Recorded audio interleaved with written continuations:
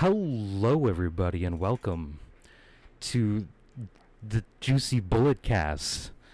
Bullet and I are here starting our podcast. How are you today, sir? I'm doing well, thank you, and good morning, good afternoon, good night. At any time that you are listening to this audio, I hope that you're having a great sectional of your evening. Yes, good afternoon. Great afternoon. Yes, that. Yeah. Whether you are listening to this as you wake up or as you're going to bed, I hope you're having a great time. Indeed. Now, right off the bat, I just want to get out of the way here. Thaniel, or Bullet, or Paulo, or Lant, or whatever his name is these days. He's got a lot of monikers. He has started a TikTok, and I would like to give him some time to talk about his TikTok. Oh, well, thank you, sir. Of course. Yes. So I started. At first, I thought I would never get on TikTok. Didn't even want to download the app. I mean, me and you had plenty of these conversations saying that I would never download TikTok. I would never, do anything of the sort. Yeah. And come April, I downloaded the app. Yeah, and I think someone was trying to send me a TikTok video one time, and it was something Star Wars related, and it wasn't letting me see it without downloading the app on my phone. And so I was like, you know what? Okay, crap. Whatever. I'm gonna download the app. And I started started following people and started liking stuff, and slowly but surely I started just scrolling through the For You page on TikTok for about a month. And in that time, I found people that I really enjoy their content, which ended up having me on the demon side of TikTok, literally, demon cosplayers. And in March, I started making TikToks, and then I want to say a few weeks after I started, the mask that I'm currently wearing in my picture that you are seeing on screen was the first mask that I ever bought for my content.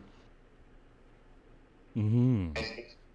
As of right now, as we are recording, I am currently at 2,856 followers. Wow, you're getting really close to that 3,000 mark. Yeah, I was really wanting to hit it before going to Atlanta. For any of you who don't know, I actually just came back from Atlanta a few days ago. Yeah, you went down to a convention. Yeah, I went for Dragon Con, and I got to meet some really incredible people. Anyone who's part of TikTok who's watching this, I got to see Big Nasty 666. I got to see Ishness. I got to see TikTok Diablo. I got to see Squeaks the Bird. Got to see Jenna Say What. And I just had an amazing time. And if you want to see pictures of my time in Dragon Con, all you gotta do is go to Hollow Launch on TikTok, and I will have those videos pinned, which will make it to where it's the first thing you see when you're on my profile. Yeah, all right. Well, everybody who's watching this then should go on over there, give him a follow, check those videos out, because it does sound like you had a phenomenal time down there and met some awesome people. Oh yeah, I learned a lot while I was up there. I got to actually film with all the people that I named. I actually got to film with them. I mean, So I have no idea who these people are, but they're apparently a big deal. So they are some of the bigger, wider known names in the demon community. okay, The cosplay side, or the demon cosplay side of TikTok. okay, They are some very big named people. okay. Because like when you were talking about it in the voice channel in the Beautiful Souls crew, everybody who heard you say that stuff sounded like they got super excited too. So Oh yeah, so a lot of people in the Beautiful Souls crew, which is are, for anyone listening, is also our TikTok family. And yeah, no, that's a lot of people that are in the Beautiful Souls crew are kind of like on the demon side of TikTok as well. okay. It's like that's like a very big section in TikTok right now, and as we are closing in on spooky season, otherwise known as Halloween, our content's just going to be flooding the FYP. Oh yeah, I imagine. I imagine your guys' content will get a lot of attention here in the coming months.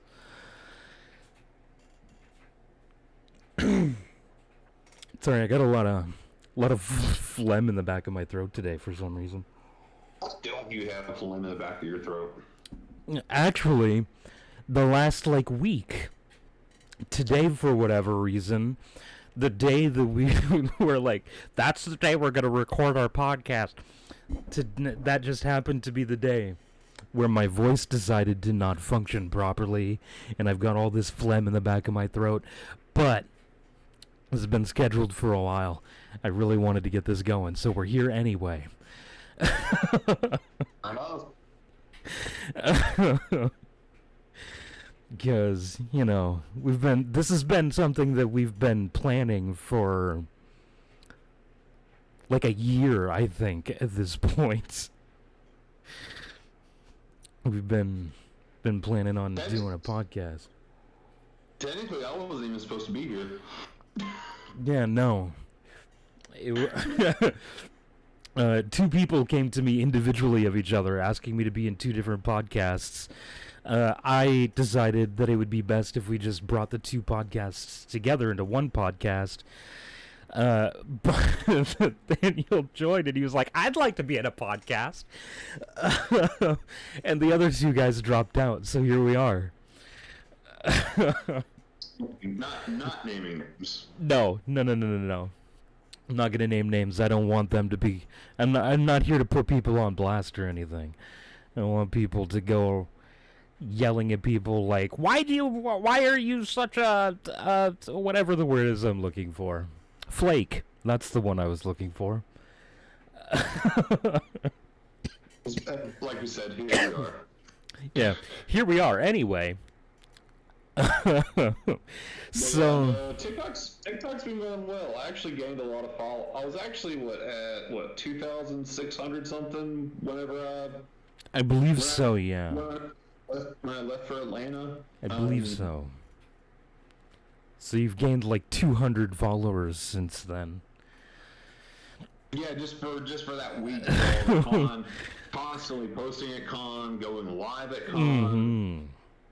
A few other names, a few other honorable mentions. I had Face the Dark join my live on Thursday. I was just in his FYP, and he joined. And he's another big name. Okay. And he's more of a motivational type person, but he also does the face paint. I mean, I'm always down for motivation. People who are there to motivate people are awesome. All about positivity. Okay. But no, so he joined my live one day, and like I said, he's another big like TikTok name. And when he joined my live, mind you, I had been in his live so many times and had conversations with him. he's noticed me in his lives, but he's like, and I, you know, but that's it. So whenever he popped into my live on Thursday, at first I was like, oh, hey, hey, Face the Dark, what's up? And it took like a few seconds for it to click in my brain that he was in my live. Like, wait a second, this is my live, not his. Yeah, and then I was like, wait, wait, what? Face the Dark's in my live? It is. I probably said like I can't even count how many weights that I said. Like I said it fast, and next thing I know, he follows me. And I can literally like hear it in my head. The wait. Yeah, it was pretty much just like that, and I just started losing it. Again, there's actually a reaction video on my TikTok page of Face the Dark following me, and for anyone who wants to see all that, just go on my TikTok. That is awesome. Yeah, that's what that at under his picture is. That's his TikTok. So go follow him over there. Yeah, go follow him over there. Watch his videos. I also had Ninosuke follow me on TikTok that night, and she is actually a friend of TikTok Diablo, which is someone else that I mentioned prior. Mm-hmm. So just meeting all these people, like, and all these people that I've mentioned, or majority of the people that I've mentioned, are people that essentially me watching their content is what got me to start content in the first place. Okay. So they were like your inspiration. Yeah, so I got to meet everyone but two of my inspiration. Like I am either That's now kind of awesome. I am either now friends with or have met all of the people that were like my inspiration, except for two people so far. That's awesome, actually. That's incredible. And got to film with some of them. Like I actually got to, and so by film I mean I actually got to film them with me on my content, or I got to film with them on their content, mm-hmm. or I got to help them film to help other people with their content. Right. So it was just a great weekend. That sounds incredible. And it's so good to talk to you about this now, because we instinctively stopped talking to each other for like 5 days so we could talk about this. Yeah. Pretty much. Just because otherwise we would have talked about literally everything. And then we'd have nothing to talk about for this podcast.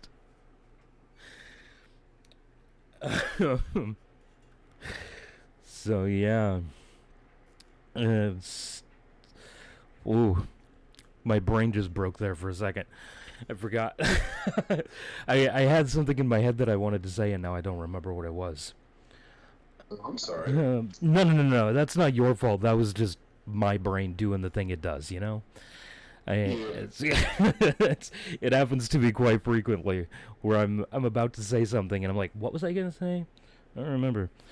I was even talking to, I know I've told you about this before then, but in that voice chat that we were in the other night, in the Beautiful Souls, I'm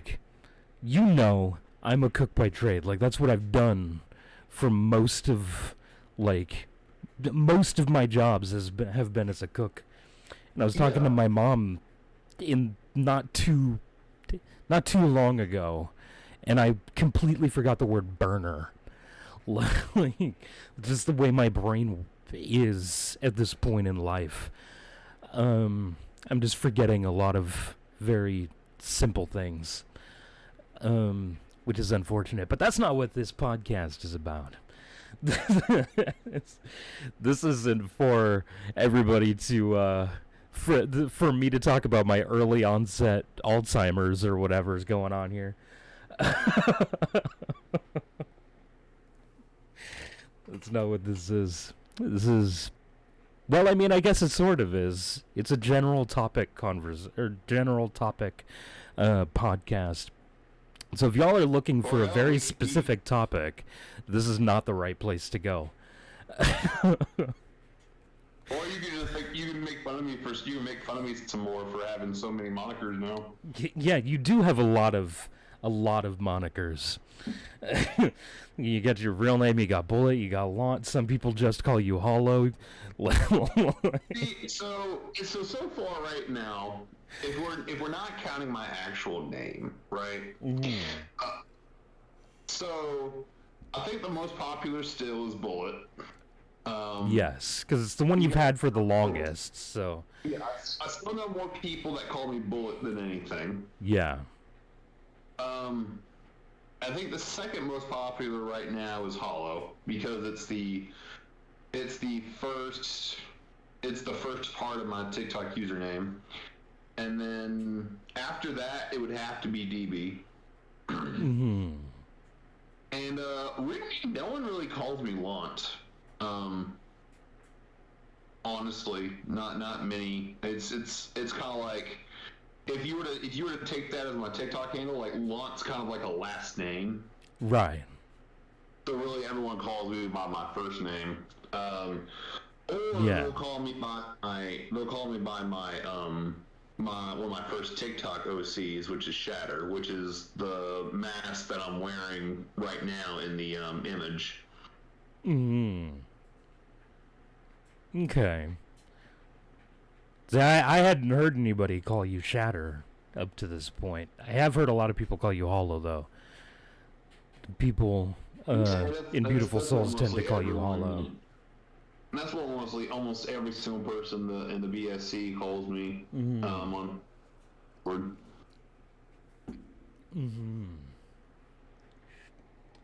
Yeah. I just go by Juicy. That's just me. It's either Juicy or John. Nobody calls me. Well, that's not entirely true. People call me other things, but none of that is important. It's mostly Jamie calling me dumbass. That's most of that. Oh, I forgot. I forgot. I need to test YouTube's algorithm. Fuck. Yeah. See, we're 18 minutes in, so that's safe. It's perfectly safe. It's the first 60 seconds that YouTube doesn't like. The cussing. Oh, which is annoying for me personally because I'm me. And if it were up to me, I would open every video with "fuck you." Like that's basically like that's just yell expletives at my audience. 'Cause why not? Scream it in Latin. Yeah, I don't know if I know it in Latin. Is there even Latin for "fuck you"? I mean, there should be. Latin for "fuck you." We're Googling it. It's a thing that's happening. How to say "fuck you" in Latin.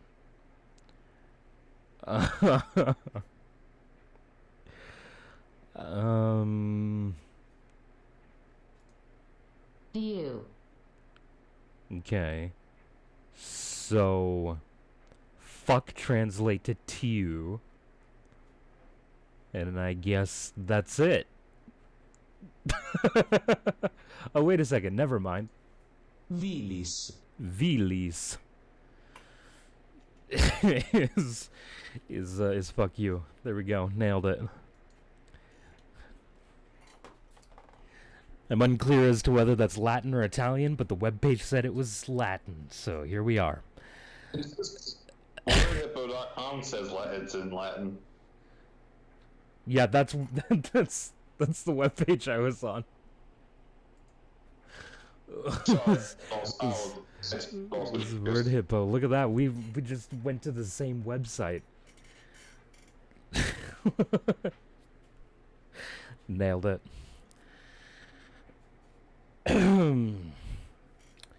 Yeah. Let's see.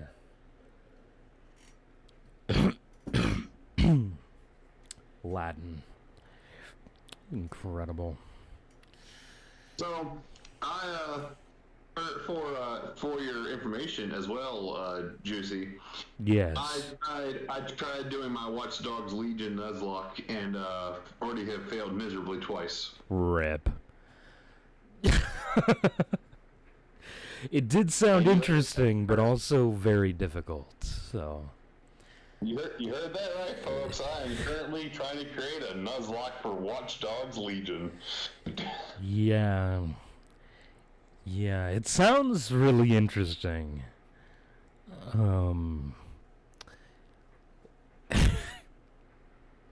It honestly sounds more difficult than a typical like Pokemon Nuzlocke, simply due to like, I mean, it's a completely different type of game for one. Like you can't just like switch operatives in the middle of a mission. Um, Unlike Pokemon, where you could switch them out if they start getting low on health.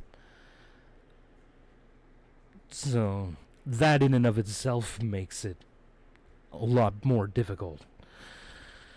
I still haven't even turned my Xbox back on since we talked about it. I'm sure a lot of my games require updates again. Well, so I will say this though. So originally, I want to run down by the rules. So for anyone who has Watch Dogs Legion and wants to try the, you know what? We're going to call it the Hollow Lock. There you go. We're going to call it the Hollow Lock. So, permadeath on. Only can recruit one person from each burrow. Recruits you get for winning each burrow are bonus recruits. The only time you can recruit an extra operative is when the mission absolutely requires it, and you get to use any prestige characters that you have already paid for. No fast traveling. If an operative is scouting a mission, that operative must do the mission. If no one is scouting the mission, you have to do it as the player you are currently playing as. Now, this is where the bump in the road is. So, there is now what is called resistance mode. Resistance mode, it is currently on permadeath. So if you're already on permadeath, in a normal mode, you can turn permadeath off, but you can't turn it back on. Okay. So, but with the resistance mode, you cannot turn permadeath off, and you can't turn resistance mode off.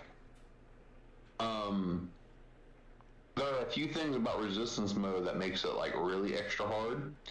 Meaning, the fast travel points are turned off. Like you just can't use them. Anyone that is of Albion, so whether it be the drones, the guards, etc., if you stand in front of them for too long, they will actually become hostile because they'll recognize you as DedSec. Oh. And you can't. So in normal mode, you can drive through a Albion checkpoint that are across all the boroughs, which there's like 8 or 9 of them.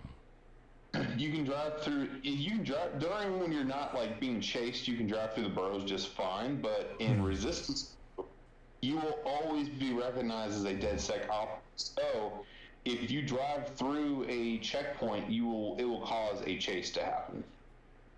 Wow. Okay. Most of your enemies are now elite, and they actually use their gadgets more often. And ammo is cut by your initial ammo. How much ammo you can hold is cut in half. Wow.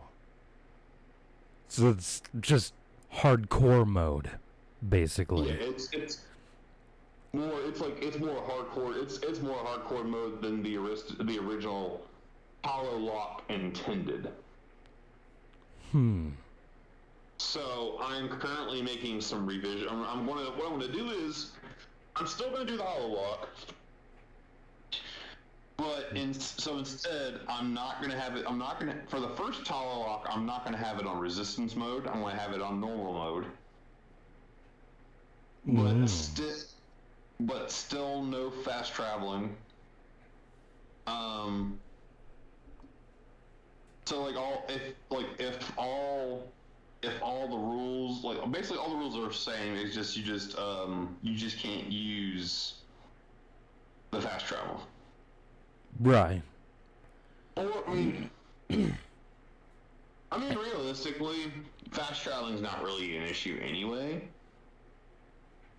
If you think about it, but you can always still keep the if that person's scouting the mission, that person has to do the mission.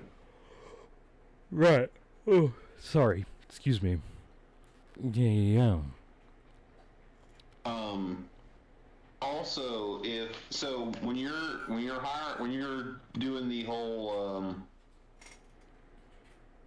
when you're recruiting the people, you cannot use the deep profiler to because you can, but I mean like you can use the deep profiler to like figure out other stuff. But like for instance, when you recruit someone in that burrow, you have to speak to them. Right, so you're recruiting blind, basically. Yes. Okay. That makes sense to me. I like that as a rule, honestly. You could just not download the profiler. However, if you don't download the profiler, Bagley is going to aggravate you the entire time. So for me personally, I'm just going to go ahead and download the profiler, but not use it. Yeah, just so Bagley won't annoy the shit out of you. Yeah. Now, there's one thing that I haven't decided, however. Okay.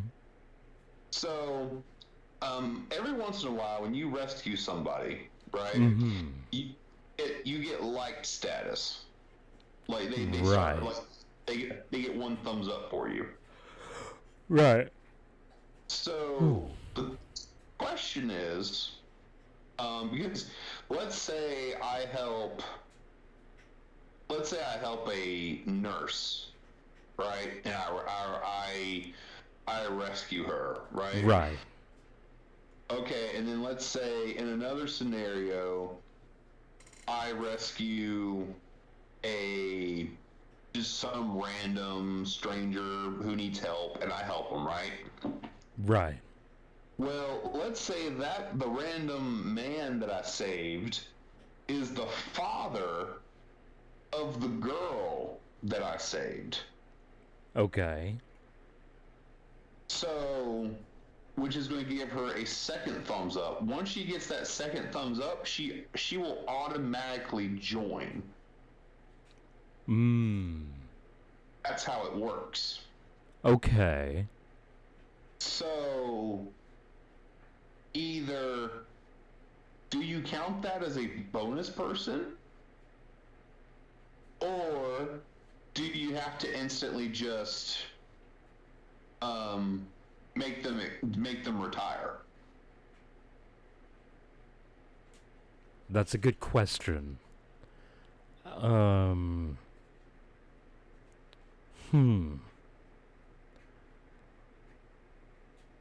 I mean, having those bonus people would make it easier, but that's not exactly what you're going for.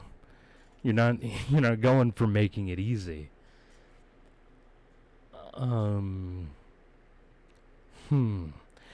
I think it depends on whether or not that person is of a variety that's required in order to complete a mission.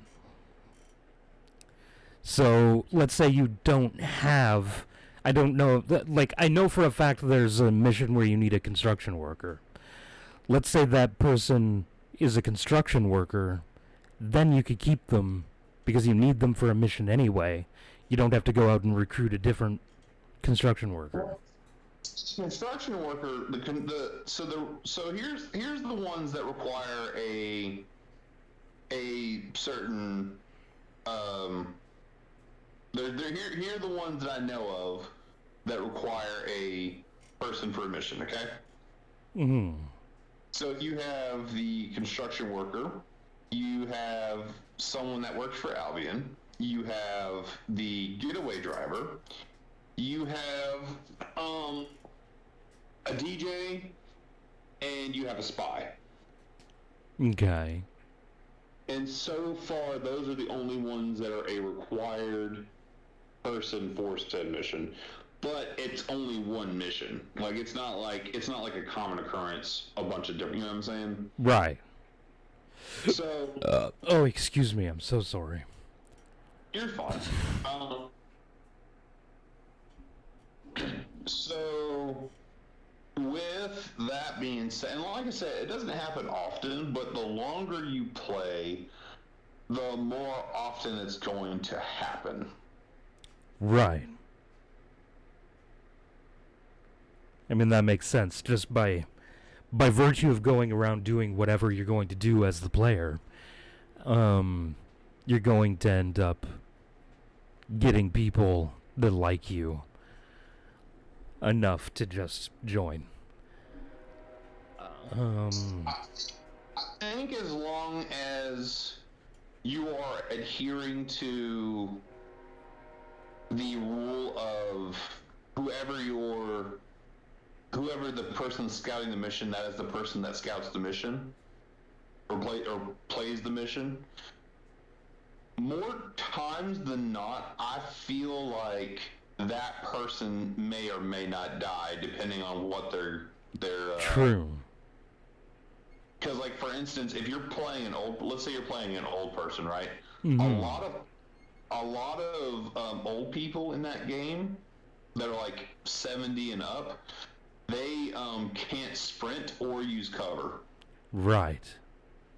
So if you have a mission where you know you're about to get into a gunfight and you're playing as an old person, you're most likely going to die. Mm-hmm. Okay. So they could just end up becoming a liability. Exactly. And so... Thereby actually making the game more difficult. Which is another reason why you don't want to, like, kind of use the deep profiler, because... So here's the thing. With a deep profiler, you can start a mission anywhere. You can start a mission anywhere with the like. Okay. You don't have to be in the same borough as where you found them. So it's like you can do less. Like there might be a mission where you might have to break in somewhere, right, and save one of their friends. Okay. Mm-hmm. If you use the deep profiler, let's say this person has like a business rival. Okay. If you hurt the business rival, then they'll help you. Right. Well, no. Okay, so you...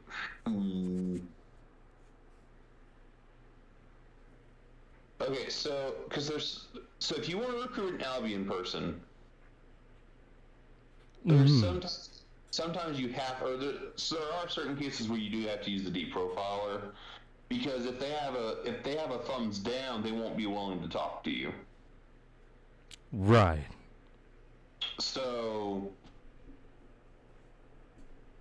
I guess in that case, you can use the deep profiler in order for them to no longer dislike you. But once it gives you the option to talk to them, you have to talk to them. However, if they so happen to be in a borough that you've already recruited someone in, you just can't recruit them. Right. Because you can only recruit one person in each borough. Mm-hmm. Yeah. I mean, that makes sense to me. Makes quite a bit of sense. So I think we're in agreement. And I would love to hear your results when you start doing this. Yeah. I'm definitely gonna try. I do need to refamiliarize myself with the game before I attempt one, though. So, yeah. I'll definitely attempt one. That's for damn sure. I'm definitely going to. I think me and you should start a Discord page, like a Discord page between just me and you. Mm. Or even like and have it as like my your playthrough and my playthrough, and then we just edit the comments as we go.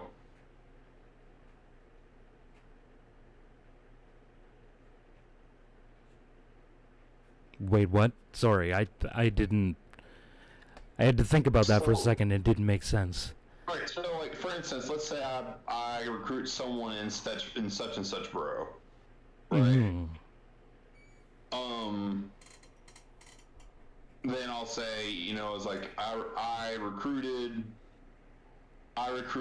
such and such name at such and such borough, and they are a such and such person.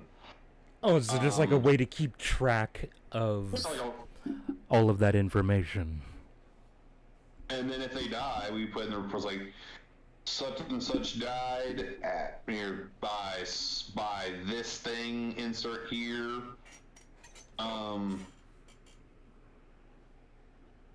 Okay. Then and then just put like a date on it, and then or say, Juicy unlocked said borough, 9/13/20. You know what I'm saying? Okay. So this September. You Yeah. Mind you, it would just be between us. Right. But we could read off, or we and you could read off or talk about in future podcasts what the other person did, and then we can just be like, well, hey, dude, how in the hell did this happen? And then. Yeah. Okay. Yeah, I'm down. I get it now. I'm understanding what's happening here. I'm picking up what you're putting down, and I'm all for it.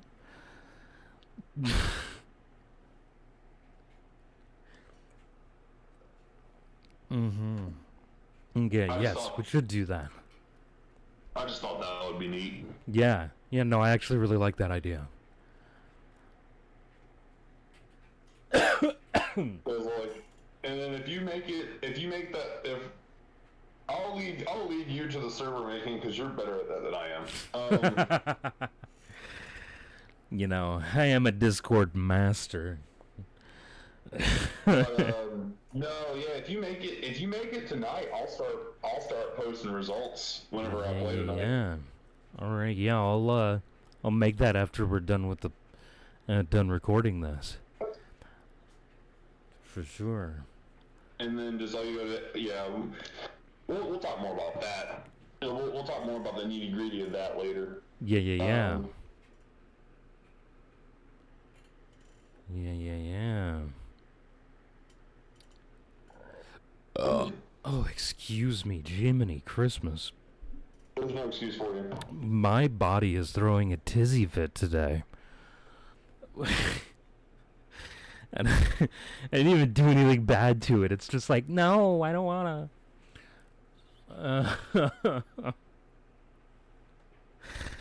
Oh man, I have so many songs stuck in my head right now. I've been listening to a lot of music, a lot of very catchy music, and it's all a cappella, because you know me. I go on. I go in phases, essentially. Now, honestly, I'm to the point, I've listened to so much a cappella music lately that when I hear a real instrument, I feel dirty. Like, no, this isn't right. This isn't right. This shouldn't be happening. I shouldn't be here.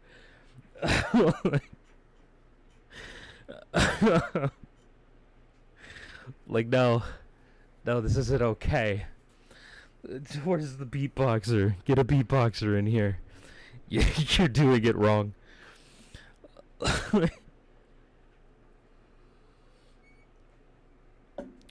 Oh man, because acapella music is just amazing. It's great.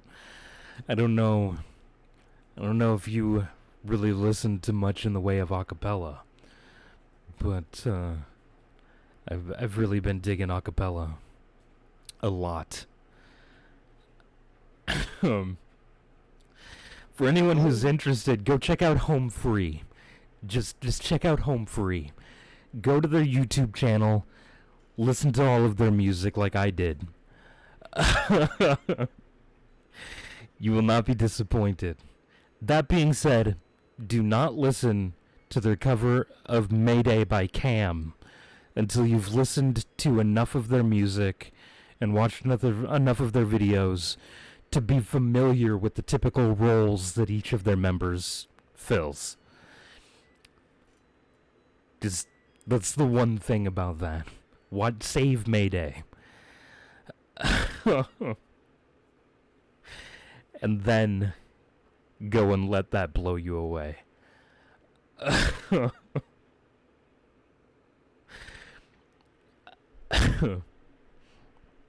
And anybody who's really into, like, bass singers, again, not gonna be disappointed with Home Free. And the lowest note I have ever heard a human ever hit was from a man called Jeff Castellucci, who's the bass of Voice Play. Man. They did covers like a year or two ago of, I believe, the entire soundtrack of the Nightmare Before Christmas. Was it nice? Yeah. And Jeff does the lead for the Oogie Boogie song. And he shows off, for one, it's phenomenal. And for two, he shows off his entire range in that song. For those of you who know music notes, he hits a B4, okay, and then 3 seconds later hits an E1, which is the lowest note I've ever heard come out of a human body. It's phenomenal. And B4, up just for the record, is where, like, most rock singers are singing. So it's like a mid-range tenor note, essentially. I believe it's up there. It's really high, especially for a bass singer. The man has like a 6-octave range, which is ridiculous, considering most people can only sing within 1 to 2 octaves.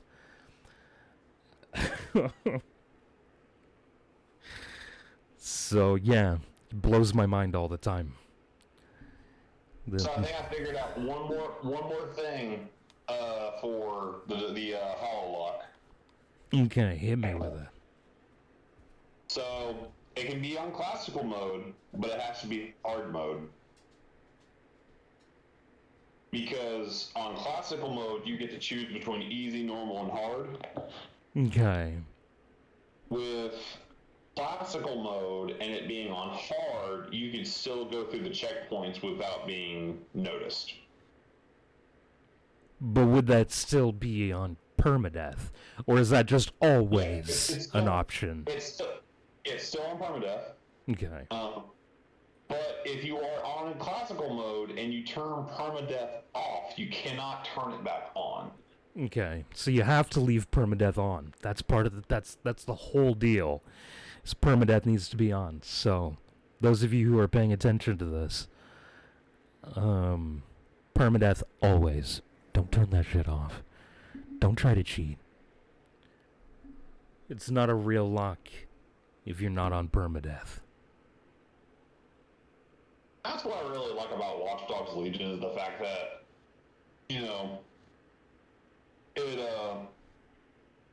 it's one of the very few games where you can even try to remotely do this. Yes. Yes, it is. And like I was saying the other day, like, I feel like that's the reason, that, like, other games haven't had a Nuzlocke adapted for them.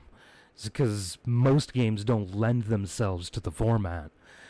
But Watch Dogs Legion just happens to mostly lend itself to that format. So I feel like it could definitely work. It'd be a little difficult, but it couldn't. I feel like a lot could be done. So the other things about resistance mode that I forgot to mention earlier is that when you arm traps, you can't just arm them. You have to actually just hit explode. And you can't shoot traps to make them go off. If you try shooting them, they won't go off. Okay. So you literally just have to press the explode button. Yeah. Okay. And so that means you can't just arm the trap and be like, oh, I'm going to protect myself. Right. Now, also, the spider bots, you know how they do takedowns? Yes. So they don't do that in resistance mode. Wow. Okay.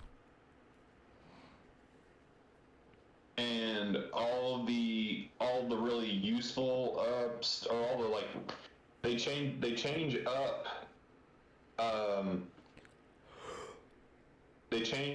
the how much stuff costs. Okay. So the really useful stuff costs way more than it originally does. Right. As far as protect points. Right. So my suggestion is to anyone who's listening who wants to try this hollow lock, if you are doing it in resistance mode, I recommend you to do it on classical and hard with permadeath on before you try to do resistance. Okay. There it is, folks. Classical mode on hard with permadeath. Try that first. There you go. Makes sense to me. Because I feel like I feel like that's the difference between like playing it on classical hard with permadeath is like a normal Nuzlocke, and then playing it in resistance mode is like a hardcore Nuzlocke. And so, like I said, I failed twice on resistance mode. Okay. Trying to do the Nuzlocke, trying to do it as a Nuzlocke on resistance. Right. I failed. You want to know how badly I failed? How badly? I failed before even getting the construction worker. Oh wow, that's pretty early in. Yeah. So you failed very quickly. So it's very difficult, is what you're telling me. Well, every single enemy is pretty much an elite. Right. And then I was just walking. Next thing I know, I see a freaking Albion drone saw me, and the next thing I know, I have, like a whole bunch of freaking Albion chase cars with elite soldiers in them shooting me down. Well, that sucks. But it sounds like a challenge, so that's what you wanted, right? Yeah, but it's kind of like I want to do this. I definitely want to do this as like I want to do the one I'm going to be doing soon as like the warm up Nuzlocke or the hollow walk. I need to start doing the hollow walk. Yeah. Yeah. And I'll be also making a since I can make 3-minute videos on TikTok, I'll be making a video here in a while, basically like describing the rules. Yeah. That's a good plan. Good plan. I like this. Yeah. My brain again just shut off as soon as your voice stopped. So did my brain. Take that as a compliment or what?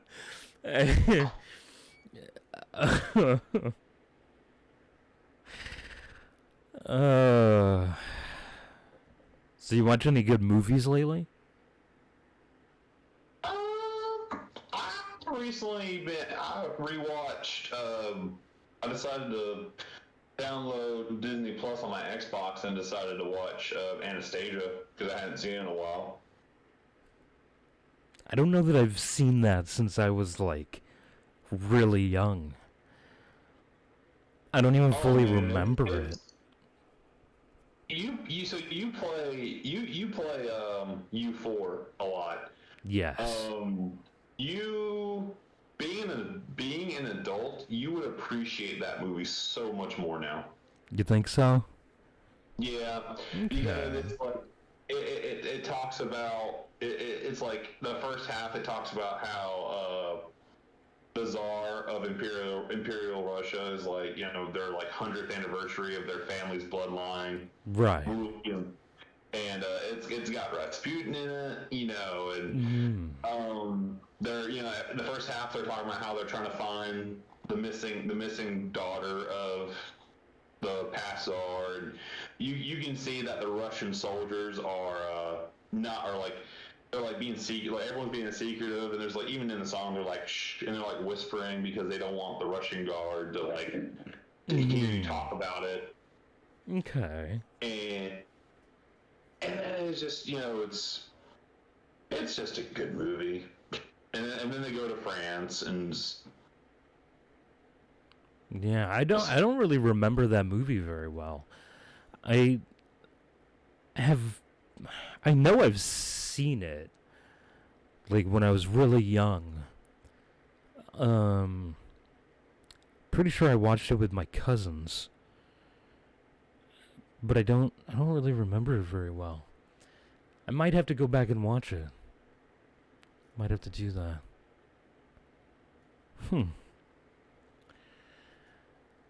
So if you want access to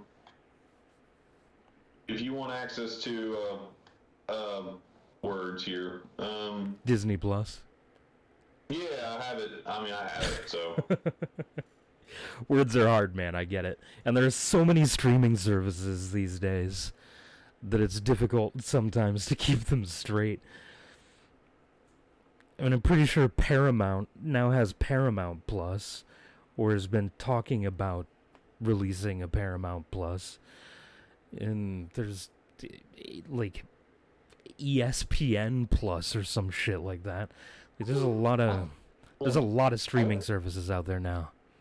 I think Paramount would have Harry Potter. You think Paramount would have Harry Potter on it? I don't think it would. But I'm like curious now. Oh, you're wondering if they would. Do they show it on their channel? I mean, I would assume that they show it on their actual like television channel, right? Because that's where they show a lot of movies. Is like Paramount and like Paramount does have a TV channel, right? HBO does as well. Like, Yeah, does Paramount have a TV channel? Harry owned by Warner Brothers. Oh, it is owned by Warner Brothers. So wouldn't that be on like? Wait a minute. Where do Warner Brothers movies go? Do they have their own streaming service, or are they on HBO? Because I feel like they make a lot of movies for HBO. I don't know. I uninstalled my HBO app. I don't pay for the services anymore, so I guess after this recording session, I'll look into it. Who were we just talking about again? Oh yeah, Warner Brothers. Does Warner Brothers have a streaming service? They are launching a streaming service.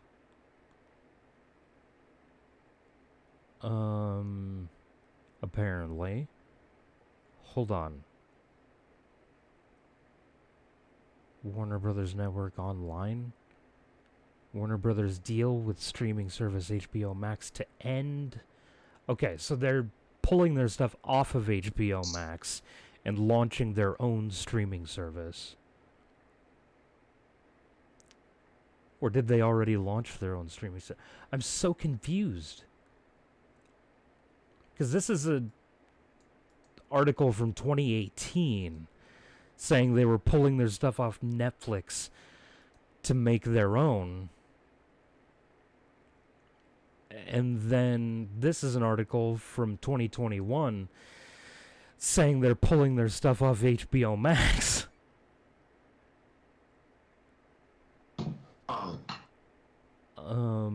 Apparently they own Shudder. I don't even use Shudder yet. So what is Shudder? I feel like Shudder's more horror than anything. Yeah, it does say here AMC owns Shudder, and thanks to Shudder, we find Netflix has virtually no horror section. It's a chaotic mess. Marvel is putting its properties from Netflix, or pulling its properties from Netflix to make its own streaming service. And that was Disney Plus. All their stuff is on Disney Plus. I don't know when this article was written. And this is Warner Brothers Network Online Hulu free trial. So maybe they're just partnered with Hulu now instead of HBO. It's possible. Paramount Plus is actually a thing now.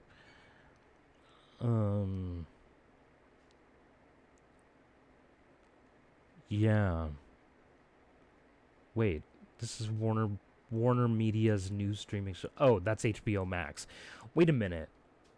Warner Media is Warner Brothers, and they also own HBO Max. I'm so confused. Corporations are. I don't know, man. I don't know. It sounds like if it would be on HBO Max. Yeah, I guess. I mean, Warner Brothers is who does all the DC content, and all that stuff is on HBO Max. So that's where all of my knowledge in regards to those streaming services, that's all of my knowledge on those ones. Is HBO Max is where you can find all of the DC live action films. Which unfortunately are not that great. For the most part. That being said, did you watch the Snyder Cut? No, I still haven't done The that. Justice League? Did you watch the original Justice League movie? The cinematic release? Yeah, but it's been a hot minute. Yeah, okay. So, I feel like we could probably both agree that the cinematic release was substandard. It wasn't everything that you thought it would be, probably. No. No, yeah. So, the Snyder Cut, even though we all thought that it was probably just a rumor and something they were saying that would never actually be released, when it did get released and I watched it, it was pretty much exactly what I was hoping that the Justice League release would be. It's significantly longer, and as a result, has way more information in it, and is actually able to build up characters. Each character actually gets a section where they talk about and give you some backstory on each individual member, instead of the bullshit we got in the cinematic release. It was really, really good. So anybody who hasn't watched it, who just like gave up on the DC cinematic universe after the release of movies like Batman v Superman and the Justice League cinematic release, go watch the Snyder Cut. It was really good. It was really, really, really, really, really, really good. Still not the best that they probably could have done, but that's just due to limitations in like budgets and CGI. Although CGI has come a very, very long way in a very, very short period of time. So I still feel this way about a lot of things. And I might be wrong, but when it comes down to DC, I am more of a fan of their animation shows and movies. Yes, their animated stuff is phenomenal and always has been. When it comes down to Marvel, I'm more of a fan of their live action. Their live action, yeah. Yeah, Marvel from the very beginning. Okay, hold on. Let me take a step back. Since the Iron Man movie with Robert Downey Jr. have done a phenomenal job. I had to backtrack because we did get that really terrible Ben Affleck Daredevil movie. That was hot garbage. So since Robert Downey Jr.'s Iron Man, they've done a phenomenal job in the live action department. And that's coming from somebody who's more of a DC fan. Like, I just prefer DC comics over Marvel comics. But their live action movies they're so good. And whoever was in charge of casting for the fucking Marvel Cinematic Universe, A++. Like, they're an S tier. They're the best at what they do. Like, that's just the way it is. I have not seen a single person in a role in the Marvel Cinematic Universe that I didn't feel like they belonged in that role. Well, okay, never mind. That's not entirely true. And this might piss a few people off if they're still listening. I honestly feel like they probably could have cast Captain Marvel better. I agree to that. Yeah, and it's nothing against Brie Larson. She did a good job, but I feel like it could have been better. It was still a really good movie, but in regards to casting, I feel like it was not as good as the rest of the casting throughout the Marvel Cinematic Universe. They probably could have found a better actress for Captain Marvel. And like I said, nothing against Brie Larson. She still did a good job. It was still a good movie. I still enjoyed it. But most of what I enjoyed about that movie was not her. It was Nick Fury. So, and I'm forgetting the name of the actor, but the guy that plays as Agent Coulson. Because he did a phenomenal job always. He was such a good character. Such a good casting choice.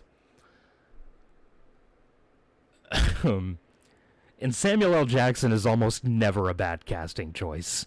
Like, you throw him into just about anything and he's gonna fucking nail it. So, and Nick Fury, honestly, perfect. Perfect casting choice. I don't believe that they could have picked a better one. The only other person that I feel like they maybe could have casted better was Hawkeye. Unfortunately, he didn't get a whole lot of screen time anyway, but maybe they could have casted him a little bit better. But that's maybe just by virtue of him not being on the screen for very long. So we didn't get to see a whole lot of him. And I liked him as Hawkeye, so... I mean, he wasn't bad, but I don't feel like he was the most underappreciated member. He didn't get a whole lot of screen time. He's the one that people make a whole shit ton of memes about. Everybody's calling him garbage. Hawkeye's a good character. And Jeremy Renner did a good enough job. He did a good job. With the little bit of screen time that he got with the character. I feel like they could have done more with him. That's my number one complaint. Is that I feel like he was underutilized. But that's also, like... I'm a huge fan of the Green Arrow, and Hawkeye is just Marvel's version of the Green Arrow. So I feel like they should do more with him. And it saddened me that they didn't do a whole lot with him. Everyone else, though, perfect. Could not think of a better person to play as Iron Man than Robert Downey Jr. Fucking perfect. Absolutely, 100%. Knocked that one out of the park. And then over on the DC side, we have Batfleck. Like, Ben Affleck as Batman was probably the worst decision that Warner Brothers has made in a long time. This is so bad. I didn't like it. Didn't like it at all. I initially didn't like the idea of Gal Gadot even as Wonder Woman. Then the initial Wonder Woman movie came out, and I shut my mouth. I was like, okay, that's fine. I still haven't seen Wonder Woman 1984, but I heard it's not good. Jason Momoa, bro. Okay. The more I get to see Jason Momoa on screen, the happier I'm gonna be. So, perfect, nailed it. They made Aquaman manly, which is good, because he was the member of the Justice League that most people made fun of, unfortunately. Because they're like, what's his power? He could talk to fish? Like, his power is rip your face off. Look at him. He's a beefcake.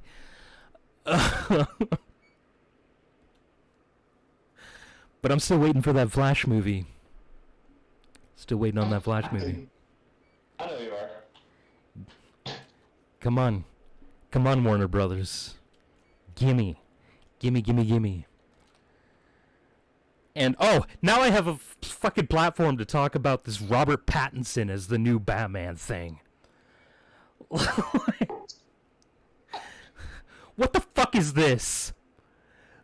Like, you're taking the best character you have in DC Comics, Batman, universally recognized, the best character in DC Comics. Superman's too overpowered, shut your mouth. Batman, the heart and soul of DC Comics, and you're going to cast Robert fucking Pattinson? Why? What is that choice? What about Robert Pattinson screams Batman to you?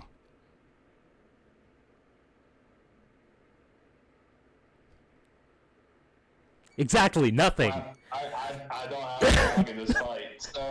Nothing. Absolutely nothing. Who knows? Maybe he'll surprise me and actually do well. But holy shit.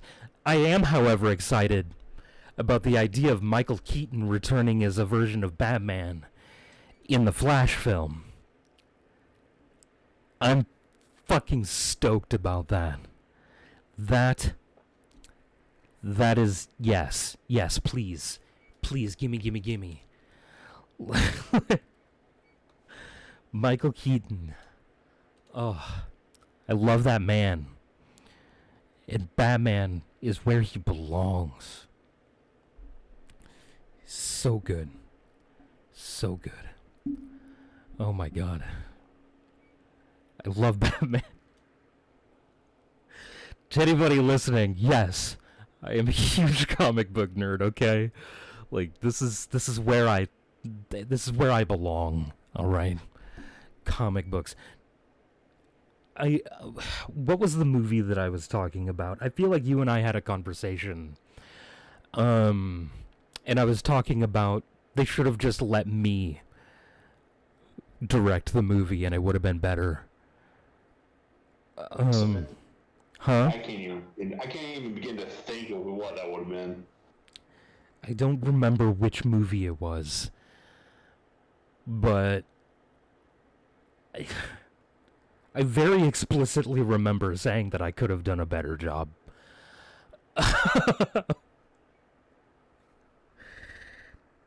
I'm really excited about, I heard rumor that they're gonna make a Blue Beetle movie, and I'm excited about that. There are a lot of things that I'm really excited about the concept of. But DC honestly just needs to give, they need to give Zack Snyder the reins and just let him roll with what he does, because he's so good. He's so good. But yeah, or just let me do it. I know enough about the characters, and I know enough about cinematography. I feel like I could make a pretty good movie. Feel like I could do that. In fact, maybe I'll just make one anyway. Who knows? I'll craft my own suits and everything. I'll play every role because I have no friends that are nearby me. So... and I still feel like I could make a better movie.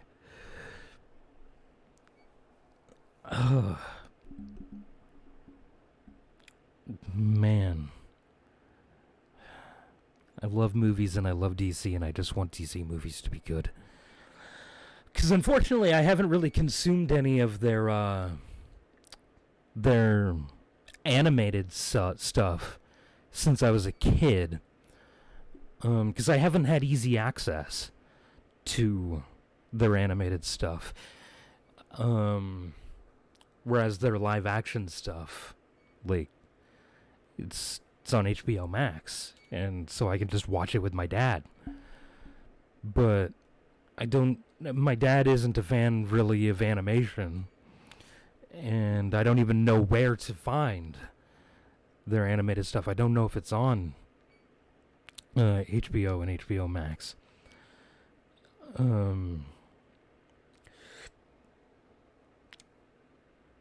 Oh, also, I heard rumor about a Static Shock movie, which I was really excited about the concept of that as well. Because I fucking loved the Static Shock cartoon when growing up. It was so good. So good.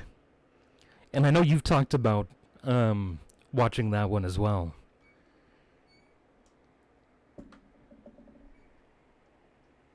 Say that one more time. I'm sorry, I got distracted and you thought for a second there. The Static Shock cartoon. Oh yeah, no, Static Shock cartoon is amazing. Yeah, no, it was so good. And I heard rumor that they plan on making a live action Static Shock movie. So I got kind of excited about that, but at the same time I'm like, can we make it animated? So apparently they just added in three more operatives in Watch Dogs Legion. Oh. That you can get with the Watchdog credits. Nice. Oh,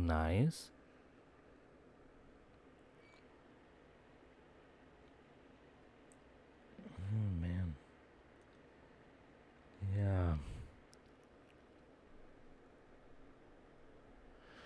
Oh, I really miss, honestly, I miss waking up in the morning as a kid, just turning on cartoons and watching stuff like the Justice League cartoons and Static Shock and Shaolin Showdown and Courage the Cowardly Dog and all that stuff. Like, there was so many good cartoons in the 90s. I have to agree with you on that. They were so good. And now, I don't even know. Like, the few cartoons that I've watched, like, that my sisters were watching, that I watched just by virtue of being in the same room while they were watching them, they're just not the same. Like, they're not good anymore. Like, they're not as high quality. That they've dumbed shit down. Because unfortunately, the average IQ of the American citizen steadily has been dropping over the years. And it shows even just in cartoons. Because they're cartoons for dumb people. They don't make you think even a little. They don't elicit any sort of emotion, even. It's just nonsense. I mean, at least when we were kids growing up, the cartoons actually elicited emotion. They made you feel stuff. Like, you got attached to the characters and it was fun. Now it's just a bunch of nonsense and garbage. Because they're running out of ideas. Why do you think they're remaking all of the classics now? Everybody's running out of creative ideas. So we're getting remakes of stuff. We're getting live action version of cartoons, which most of them are terrible. Like, you are now not the only person that I've heard essentially just rip on the live action Avatar: The Last Airbender film. Oh man, don't get me started.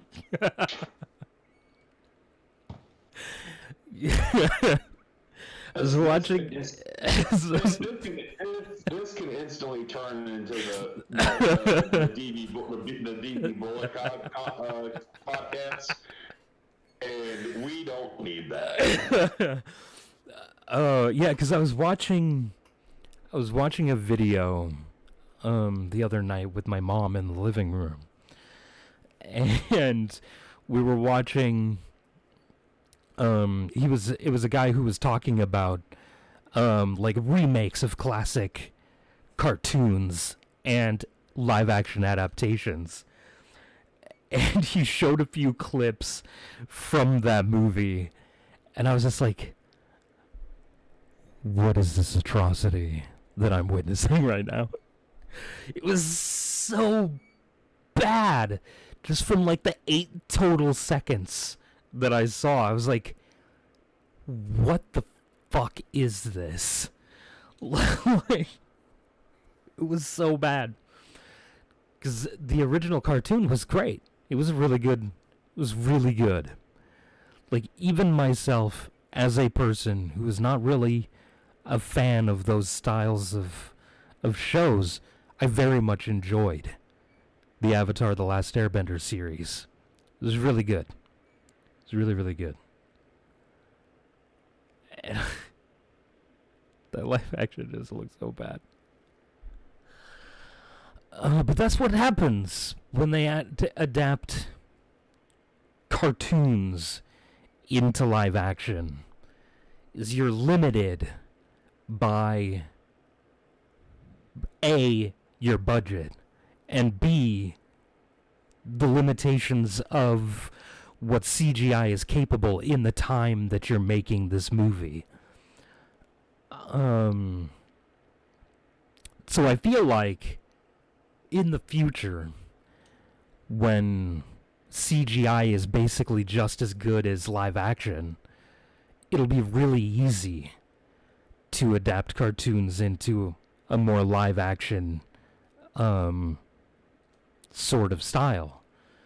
But like, there are so many things done in cartoons that can like only fly in a cartoon. So trying to adapt it into live action just won't work. And Avatar: The Last Airbender is just one of those things. It just won't work. It has to be animated in order to function the way that it's supposed to. That guy also brought up the live-action Death Note movie, which I haven't even watched the animated Death Note series. But I've heard many a person say that live-action film was a crime against humanity. The only reason people watched it was because William Dafoe was Ryuk.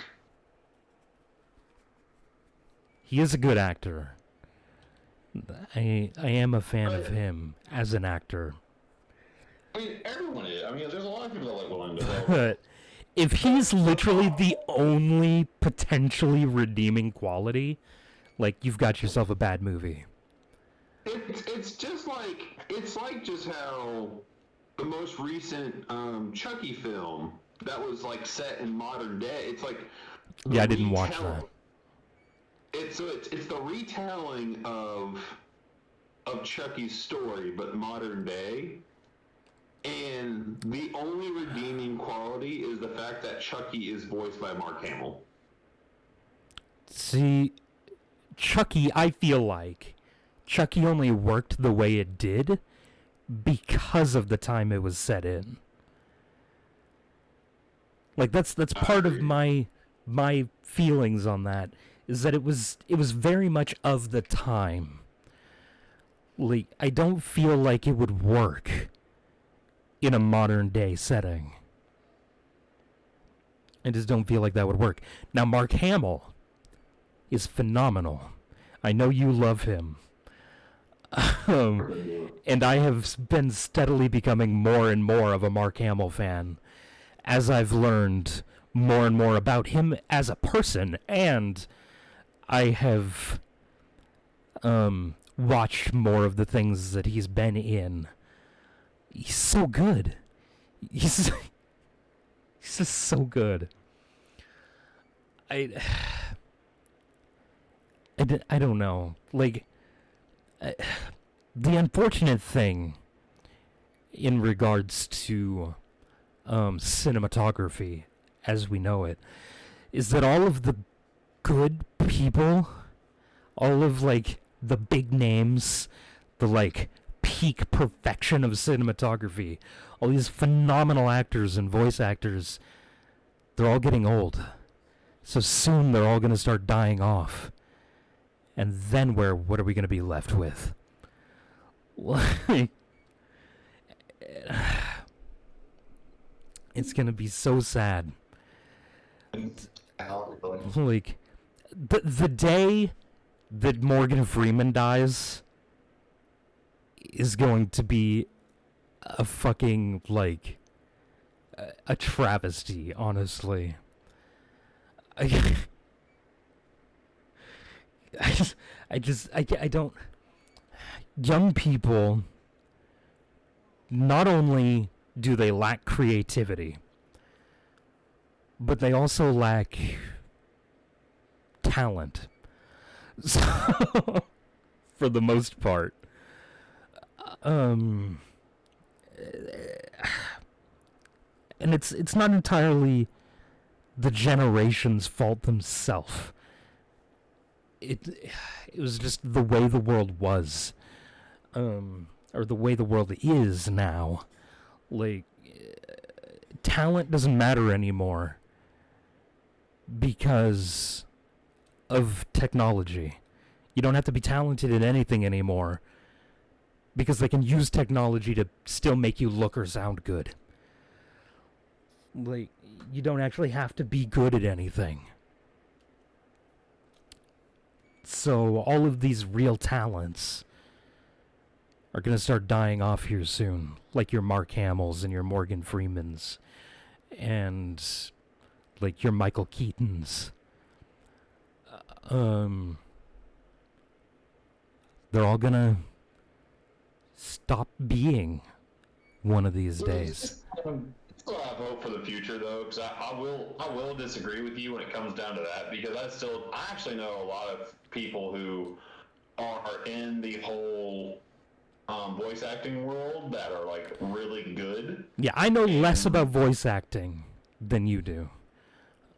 Yeah, so like I feel like, since I do know more, and I do know a lot of people who are into voice acting and who are actually currently succeeding in voice acting right now.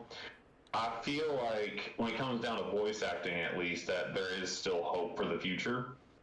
Okay. Well, that's good to hear. But I don't really know of any, like, young up-and-coming live-action actors and actresses who are all that great. I just one of my friends actually just recently landed a job he actually landed a job for voice acting through his TikTok. Oh, awesome. Good for him. That's amazing. He landed the job in Charlotte. But he got noticed through his TikTok. Right. Do you know what the job is, or? No, I just know that he's going to be one of the main voices. Okay. Now, what, do you know what sort of project it is? Like, if it's going to be a series, or like a movie, or like what sort of content it is? He just found out today, so I'm not entirely sure. Okay. I would have to ask him and hit him up. Okay. Yeah, because I'd be interested in knowing about that. That'd be pretty cool. Because it's nice that people who like that's part of what I was saying is like the world is much different now.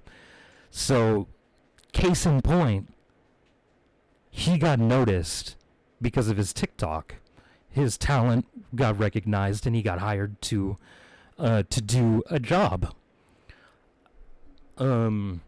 Which means, like, he didn't have to go to a physical place. He didn't have to, like, do all of the normal, quote-unquote, normal route of getting that job. because he had this other thing he was doing where he got noticed, which is really cool in and of itself. It's easier to find talent now, which is part of the problem, is that the market is so saturated with all of the things that nobody really is set apart from the rest of them.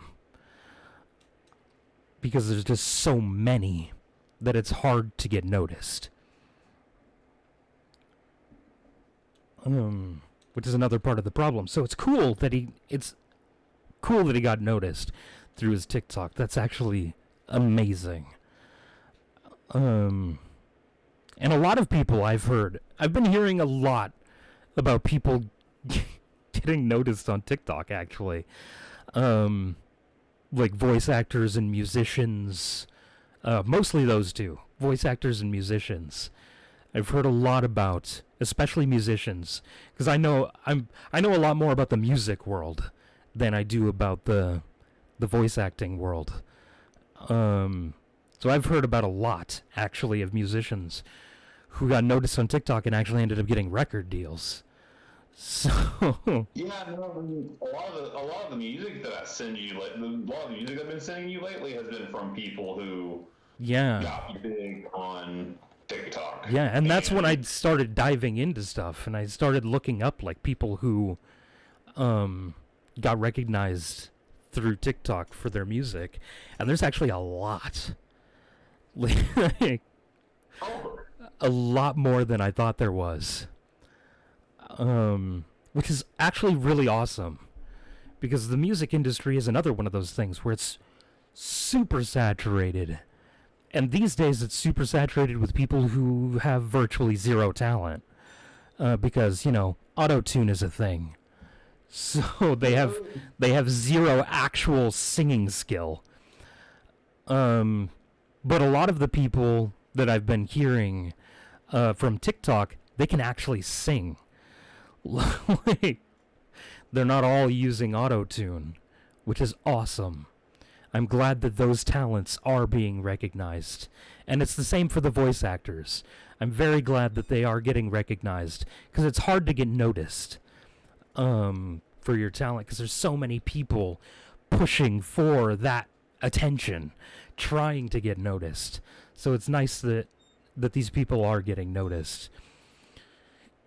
Because it's really difficult. And that's why it's hard to make it as like a musician or an actor of any sort. Is because it's difficult to land a job, because there's so many people trying to land that specific job. It's very competitive. So you gotta really put a lot of effort into it. And be, like, really trying. And, like, actively being what I would feel being obnoxious about trying to land a position. Unlike your typical jobs at, like, a supermarket or something where you just fill out an application. It's not the way it works in the acting business or the music industry. There's so much more that goes into it. Which is why I don't fully understand why people are like, that's not a real job. It is. Believe you me, it's a real job.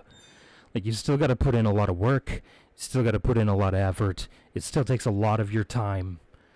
Like, it's a job. I actually get super pissed off at people who are like, if you have a job that isn't, you have to go to a physical building to go to the job and do the work for 8 hours a day and blah, blah, blah, blah, blah, it's not a real job. Yes, it is. If you're putting in effort, if you're putting in any sort of effort, honestly, to something that you're making money from, that's by definition a job. And honestly, voice actors, for one, I feel like musicians have a little bit more leniency, which may sound a little strange to some people, but I feel like musicians have a little more leniency. Voice actors need to always be on point. So they need to put in grotesque amounts of effort to make sure that they're able to do their jobs properly. Because a singer, like, sure, you got to put in some work. You got to put in a lot of work to maintain your voice and to make sure that you're not harming your voice in some way. But by virtue of just singing, like, it's a lot more difficult to hurt your voice singing than it is to hurt your voice acting. Because with voice acting, you're actively manipulating your voice in ways that you probably shouldn't in some cases, in order to get the voice you want for the character you're trying to portray.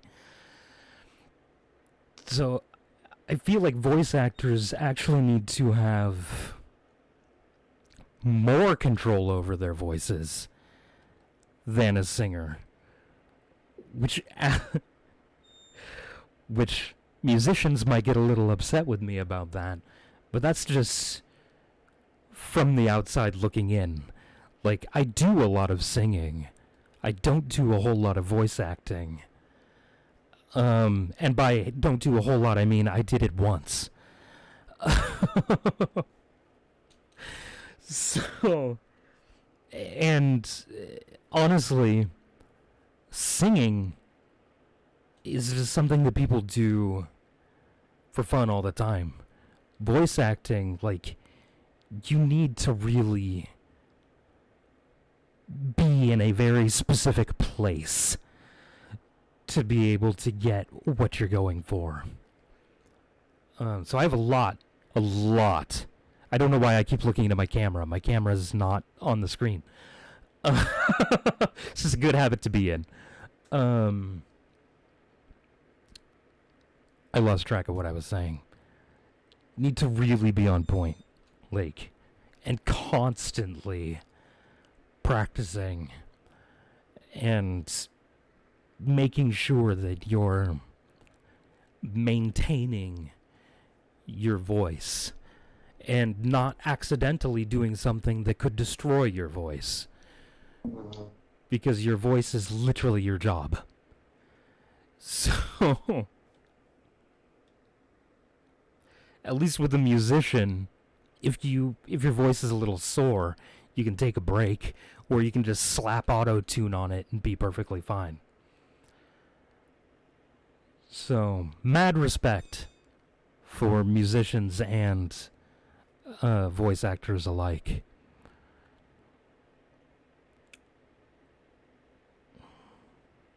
So, yeah.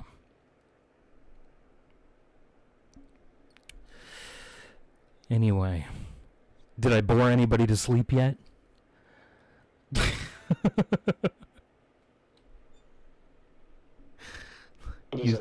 My food's making me sleepy. Oh, that's right. You had salmon for dinner. That sounds really good. Did you make the salmon, or did somebody else make the salmon? Oh, my dad did. Your dad did? You said he normally makes salmon really well, right? I know otherwise. You normally talk about him not exactly being a great cook. Yeah, no, he did really good. He does a really good job on salmon. Okay, good. Good. It'd be really sad if you fucked up salmon. Because I believe the last time he cooked salmon, you said he put too much lemon on it. So yeah, he had a lot of, like, way too much lemon flavor. Yeah. Which is a little unfortunate. But anywho. Yeah.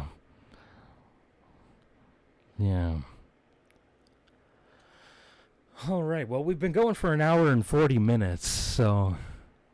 I think this is a good spot to stop at for the first one. Yeah. Alright. Oh, body, please Let me live. I don't want to die. I'm not ready. Sorry about that, Jesus. So yeah, that was the first episode of the Juicy Bullet Cast, where we both rambled on about stuff most of you probably don't care about. But it's stuff we care very deeply for. So we're going to talk about it. That's just the way it is. This is our podcast.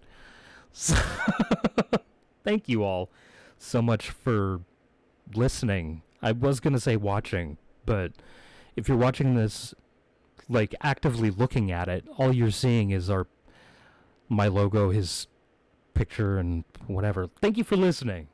We greatly appreciate it. The plan, I believe, is to do this once every other week, or are we doing this once a month? I don't know that we fully determined. I think it's more like every other week. Every other week? Okay, so every other Thursday. So, like, it'll come out today, which is tomorrow as of the time of the recording, but today, Thursday, September 9th, and then not next week, but the next week after that, on the whatever day that is. I believe it's the 6th. I gotta look at a calendar. Hold on, give me a second. The 22nd will be the next episode. First day of what? Now, if it so happens that everyone just really enjoys them, we can in the future talk about possibly doing more of them, like make it more of a constant thing. Yes. We could talk about potentially making it a weekly thing. If there's enough desire for it to be done weekly. Yeah. We just felt like once every other week is probably good, for starting off with a podcast. So there it is. Don't forget to follow him over on TikTok at hollow_launt. Go follow him. Watch his videos. They're pretty great, honestly. And that's coming from a person who doesn't really care for TikTok. I do occasionally watch his videos, and they're pretty good. They're pretty good. Yeah. And subscribe to my YouTube channel, which, if you've gotten this far into this video, why aren't you subscribed anyway? Like, what are you doing with your life?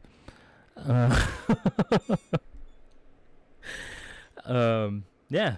And we'll see you in a couple of weeks. See you guys then. Guys, Yeah. until next time.